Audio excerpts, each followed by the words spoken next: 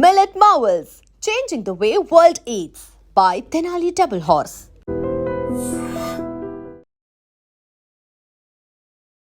నమస్తే, welcome to I dream weekend update with కవిత.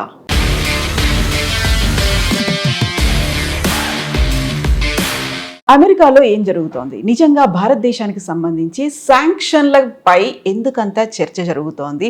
యాక్చువల్గా America అధ్యక్షుడు డొనాల్డ్ ట్రంప్ వివిధ దేశాలకి సంబంధించి ఆ అంతర్గత వ్యవహారాల్లో ఎక్కువగా ఇన్వాల్వ్ అవుతున్నారా? అమెరికా విదేశాల పట్ల చూపిస్తున్నటువంటి అనుసరిస్తున్న వైఖరి ఎలా ఉంది? మనతో పాటుగా ఉన్నారు foundation for democratic reforms founder doctor Jayaprakash Narayana గారు. సార్, మీరు ఆల్రెడీ ఒక 3 నెలల పాటు అమెరికాలో ఉండి వచ్చారు. ఇక్కడ భారతదేశం నుంచి చూస్తే మన విద్యార్థులు కావచ్చు, మన ఉద్యోగస్తులు, లేకుంటే సాఫ్ట్వేర్ ఎంప్లాయీస్, వీళ్ళ మీద చాలా హార్ష్గా వ్యవహరిస్తున్నారు. దేశం అంతా శాంక్షన్లు విధిస్తున్నారు. డిఫరెంట్ వర్షన్స్ అనేది వినిపిస్తున్నాయి. మీరు చెప్తారు పర్స్పెక్టివ్స్ అనేది. యాక్చువల్గా అమెరికాలో ఉన్న వాళ్ళు మన దేశానికి సంబంధించి ఈ అవసరాలు కావచ్చు, శాంక్షన్స్ కావచ్చు, టారిఫ్స్ కావచ్చు, ఎట్లా చూస్తున్నారు సార్? ఆధునిక యుగంలో రెండో ప్రపంచ యుద్ధం తర్వాత అమెరికా సాటిలేని మేటి దేశం. ఆర్థికంగాను, సాంకేతిక పరంగాను, సైనిక పరంగాను అమెరికా చాలా మేరకు బాధ్యతగా వ్యవహరించింది. యూరప్ని రెండో ప్రపంచ యుద్ధం తర్వాత సర్వనాశనమైన తర్వాత పెంచడంలో కానీ, మార్షల్ ప్లాన్ ద్వారా యుద్ధంలో ఓడిపోయినా కూడా జపాన్ని, జర్మనీని హక్కులు చేర్చుకుని ఆ 2 దేశాలని పెంచడం కానీ, ఆసియా ఖండంలో దక్షిణ కొరియా కావచ్చు, లేకపోతే సింగపూర్ కావచ్చు, తైవాన్ కావచ్చు, ఈ దేశాలని పెంచడం కానీ, చివరికి సిద్ధాంతపరంగా విభేదాలున్నా కూడా చైనా పంథా మార్చుకోగానే చైనాకి పూర్తిగా మద్దతు ఇచ్చి సాంకేతిక విజ్ఞానం పెట్టుబడులు, మార్కెట్లో అవకాశాన్ని ఇచ్చి చైనాను పెంచడం కావచ్చు. ఒకప్పుడు మనలాంటి దేశాల్లో ఆహారం లేకపోతే ఆహారాన్ని PL-480 నాటి నిధుల ద్వారా అందించి లక్షలాది మంది ప్రాణాలు పోకుండా, ఆకలి బాధలకు గురి కాకుండా కాపాడడం కావచ్చు. ఇలాగ చాలా బాధ్యత వ్యవహరించింది కొన్ని తప్పులు జరిగినా కూడా.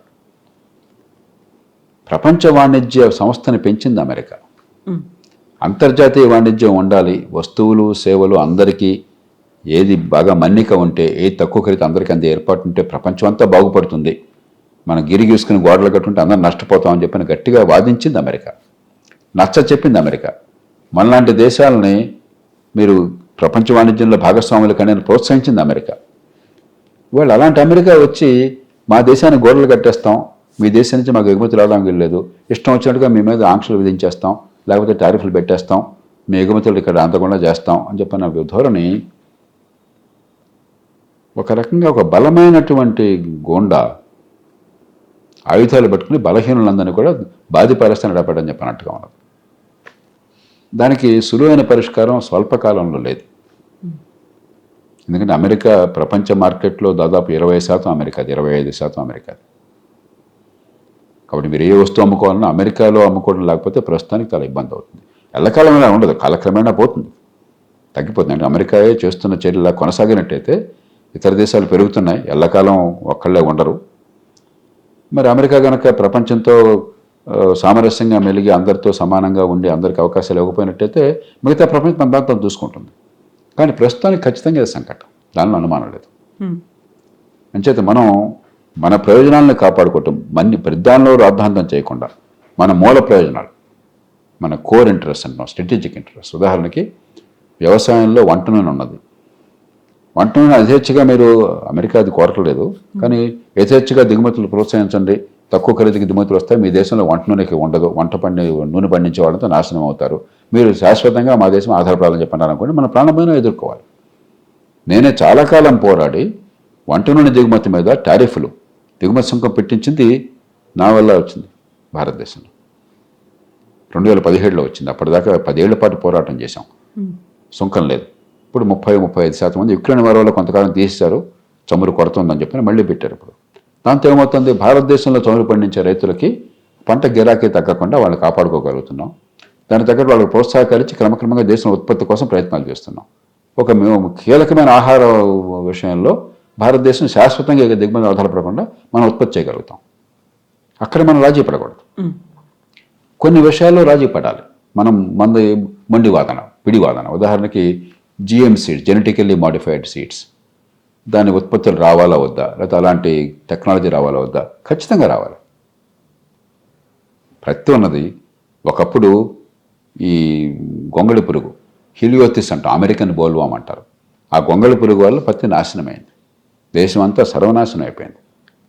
నేను స్వయంగా చూసాను, జిల్లా కలెక్టర్గాను ఒక పౌరుడిగాను నేను చూశాను, ఆ విషాదాన్ని చూశాను. ఎంతోమంది రైతులు ఆత్మహత్యలు చేసుకున్నారు. లక్షల రూపాయలు పెట్టుబడి పెట్టిన తర్వాత ఆ పురుగు వచ్చి తినేస్తుంటే దాన్ని కాపాడలేక. ఆ తర్వాత బోల్గార్డ్ కాటన్ అని చెప్పిన జెనెటికల్లీ మోడిఫైడ్ సీడ్ వచ్చింది మన్సాంటో కంపెనీ వాళ్ళు, పీటీ కాటన్ అంటారు. దేశంలో 197 మంది దాన్ని వెంటనే స్వీకరించారు మన రైతులంతా కూడా. అది లేకపోతే దేశంలో పత్తి పంట నాశనం అయిపోయేది. కాటన్లో మళ్ళీ కొత్త వెరైటీలు వచ్చినప్పుడు జిఎం సీడ్స్ ఇంకా మరింత వ్యాధులను ఆపడం కానీ లేకపోతే ఉత్పత్తిని పెంచడం కానీ అవి మన దేశంలో రావట్లే. ఇంకా మన మూర్ఖత్వం వల్ల అవి రాకపోతే నష్టపోయేది మనం. కాబట్టి జిఎం సీడ్స్ వల్ల ప్రజలకి హాని జరుగుతుంది, ఆరోగ్యం దెబ్బతింటుంది అన్నది పూర్తిగా అశాస్త్రీయమైన ఆధారం లేని వితండవాదం. మానవ చరిత్ర మొత్తం కూడా ఈ జన్యువుల్ని మనకు పనికొచ్చేట్టుగా తీర్చిదిద్దడంలో ఉన్నది. వ్యవసాయం వచ్చింది ఆ రకంగా. ఆల్మండ్స్ ఉన్నాయి ఉదాహరణకి, తెలుగులో ఏమంటాం ఆల్మండ్స్ని? బాదం పప్పులు. బాదం తీయగా చాలా రుచిగా ఉండేటువంటి పండు కాదు, పదార్థం కాదు. 190 బాదం చెట్లు చేదుగా ఉండేవి. ఆ ప్రాచీన మానవుడు ఏం చేశాడు? అవి చూసి ఏ మొక్క నుంచి మనకు తినేటికి పనికొచ్చేటువంటి బాదం వస్తుంది, ఏ మొక్క నుంచి పనికిరాని బాదం తినకూడని వస్తుంది, అది వేరు చేసి జాగ్రత్తగా ఈ సీడ్స్ని, ఈ విత్తనాలను మాత్రమే పక్కన పెట్టి వాటితో మొక్కల్ని పెంచి తరతరాలుగా కొన్ని వందలేళ్ళు పోరాటం చేస్తే, ప్రయత్నం చేస్తే సెలెక్టివ్ బ్రీడింగ్ అంటాం.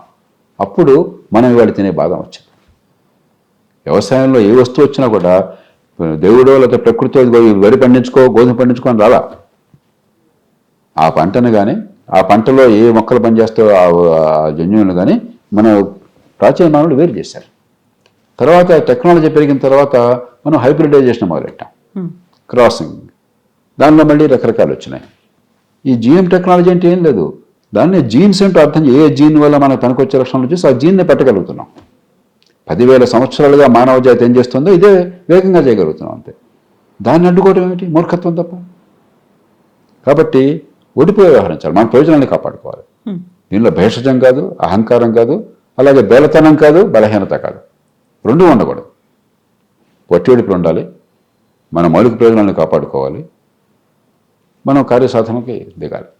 కాలక్రమేణా ఇలాంటి ఒడిదుడుకులు పెద్ద దేశాల నుంచి వచ్చిన ఇబ్బంది లేని రీతిలో ఎలా ఉండాలో మనం ఆలోచించాలి. ఉదాహరణకి గతంలో తెలుసో తెలియకో ఎన్నో ఒప్పందాలను తిరస్కరించాం మనం.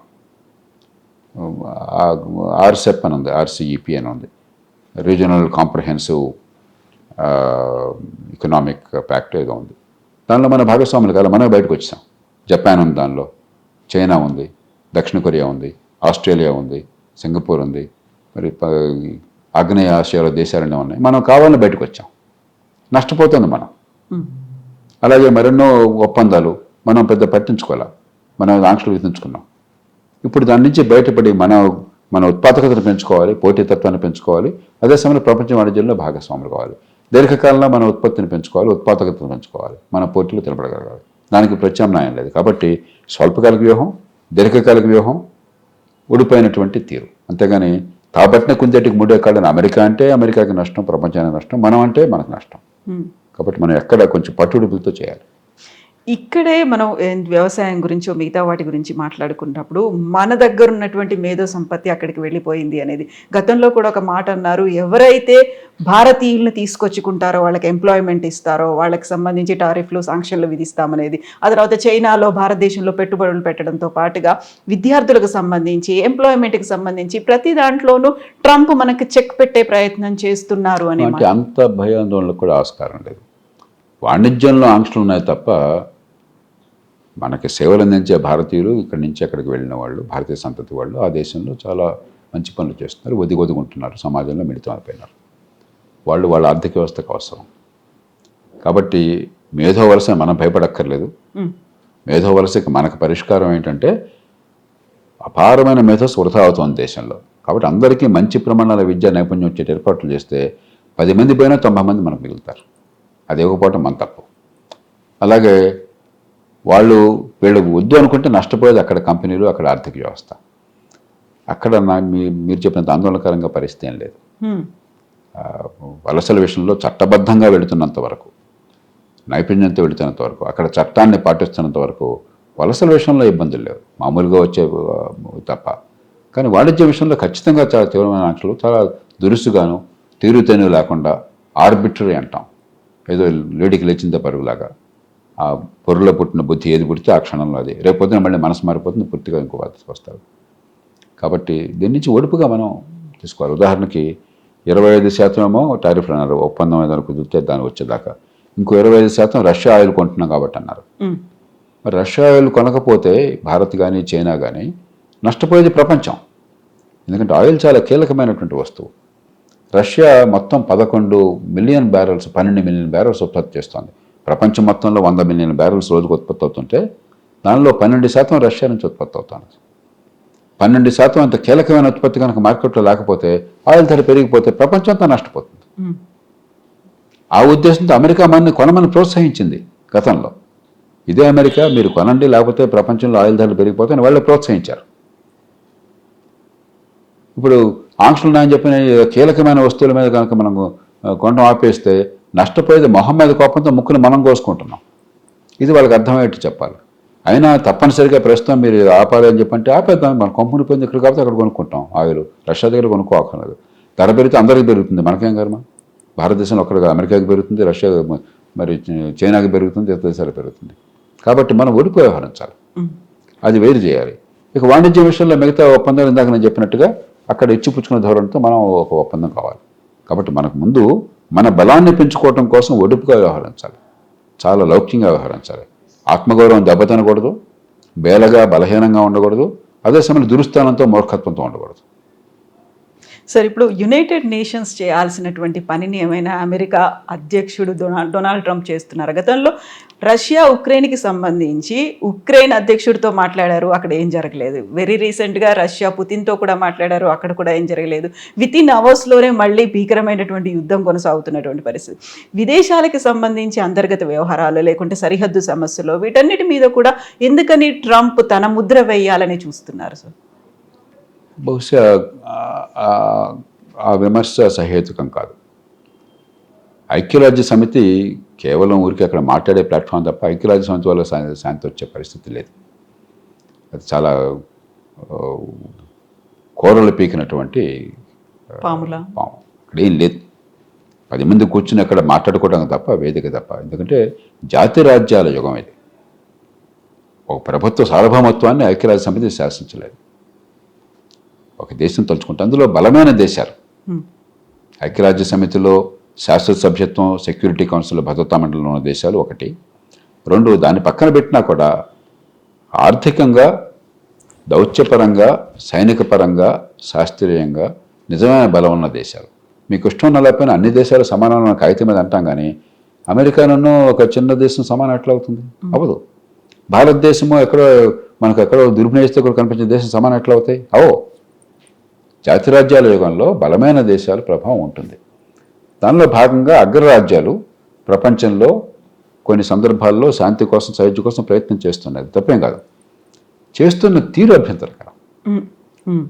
2 దేశాల నుంచి కూర్చోబెట్టి కొంచెం నచ్చజెప్పి మధ్య మార్గాన్ని తీసుకొచ్చి రాజీ కుదిర్చే ఏర్పాటు. ఉదాహరణకి ఇండియా పాకిస్తాన్ మధ్య యుద్ధం వస్తే ఆనాడు తాష్కెంట్లో కదా ఒప్పందం జరిగింది. కొసిగిన్ రాష్ట్రపతిగా ఉండగా, కొసిగిన్ అప్పుడు క్రుష్చెవ్ అనుకుంటున్నాను అప్పుడు ఉన్నది, రష్యా ప్రధానమంత్రిగా ఉండగా. కాబట్టి అగ్రరాజ్యాలు ప్రపంచంలో శాంతి కోసం కూర్చోబెట్టి వాళ్ళ పలుకుడు ఉపయోగించడం తప్పు కాదు. కానీ రోవాబు చేయటం, గుండాగిరి చేయటం, గంటకు ఒక రకమైన తీరు మార్చటం, ఇవన్నీ కూడా చాలా అభ్యంతరకరం, పద్ధతులు అభ్యంతరకరమైనవి. కాబట్టి ప్రపంచంలో శాంతి ఉండాలని అమెరికా అధ్యక్షుడు కోరుకుంటే, అమెరికా దేశంగా కోరుకుంటే కోరుకోవాలి, శాంతి కోసం ప్రయత్నం చేయాలి, రాజీ కుదర్చాలి. కానీ చేసే తీరు ఇతరులకు అవమానకరంగా ఉండకూడదు, కొన్ని విలువలకు లోబడి ఉండాలి.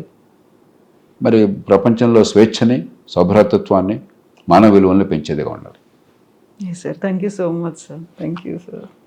And don't forget to subscribe to iDream. And for more videos, please subscribe to iDream. Please subscribe to iDream. Please subscribe iDream. And please subscribe to iDream. For more videos, subscribe to iDream. please like, share and subscribe to the channel. Congratulations, iDream. Subscribe to iDream. Subscribe to iDream. So subscribe to iDream Media. iDream team andarki huge congratulations. Please subscribe iDream Media. Please subscribe to iDream. Subscribe iDream. Please subscribe to iDream. I dream అంటే నా కళల ఛానల్ను subscribe చేసుకున్న నోరు తిరుగుతలేదు మీరైతే గంట గుర్తు కొట్టండి. For more such videos, please subscribe to iDream. Subscribe to iDream. Please subscribe to iDream. Please subscribe iDream Media. Please do subscribe to iDream. Please subscribe to iDream Media. For best entertainment and information, please subscribe iDream.